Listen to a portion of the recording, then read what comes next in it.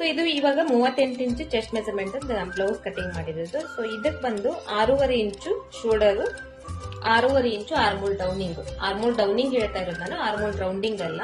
So armhole downing ಬಂದು 6.5 ಇಂಚು, shoulder ಬಂದು 6.5 ಇಂಚು. So ಹಂಗೇನೆ ನೆಕ್ ಡೀಪ್ ಬಂದು ಒಂದ್ 10 ಇಂಚಿಗೆ ನಾ ಇಲ್ಲಿ ಮಾರ್ಕ್ ಮಾಡಿದ್ದೀನಿ. ನೀವು ಒಂದ್ 10.5 ಇಂಚ್ ಮಾರ್ಕ್ ಮಾಡಬಹುದು. 8 ಇಂಚಿಂದ ಸ್ಟಾರ್ಟ್ ಮಾಡಿ ಒಂದ್ 10-10.5 ಇಂಚ್ ವರೆಗೂ ಮಾರ್ಕ್ ಮಾಡಬಹುದು.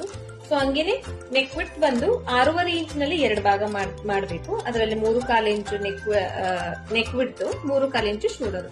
ಆಮೇಲೆ ಆರ್ಮೋಲ್ ರೌಂಡಿಂಗ್ ಅಂದ್ರೆ ಈ ಮೇಲ್ಗಡೆ 1/2 ಇಂಚು ಶೋಲ್ಡರ್ ಬಿಡಬೇಕು, ಈ ಕಡೆ 1/2 ಇಂಚು ಜಾಯಿಂಟ್ ಹೋಗುತ್ತೆ, ತೋಳ್ ಜಾಯಿಂಟ್, ಅದನ್ನ ಬಿಟ್ಟು ಇದನ್ನ ಚೆಕ್ ಮಾಡಬೇಕು. ಸೊ ಈ ತರ ಚೆಕ್ ಮಾಡಬೇಕು.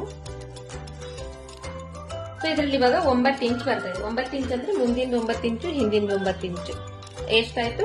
18 ಇಂಚ್ ಆಯ್ತು. ಈ ಮೆಜರ್ಮೆಂಟ್ ಪ್ರಕಾರ ನಾವು 17 ಇಂಚಿಂದ ಸ್ಟಾರ್ಟ್ ಮಾಡಿ 17ವರೆ 18 ಇಂಚ್ವರೆಗೂ ಆರ್ಮೋಲ್ದು ರೌಂಡಿಂಗ್ ನಮಗೆ ಇಲ್ಲಿ ಬರುತ್ತೆ. ಸೊ ಇದು ನಿಮಗೆ ಯೂಸ್ಫುಲ್ ಆಗಿದೆ ಅನ್ಕೊಂಡಿದ್ದೀನಿ. ನಿಮಗೆ ಯೂಸ್ ಆಗಿದೆ ಅನ್ಸಿದ್ರೆ ಆದಷ್ಟು ಜನರಿಗೆ ಶೇರ್ ಮಾಡ್ರಿ, ಲೈಕ್ ಮಾಡ್ರಿ, ಮತ್ತೆ ಕಮೆಂಟ್ ಬಾಕ್ಸ್ ನಲ್ಲಿ ಕಮೆಂಟ್ ಮಾಡ್ರಿ.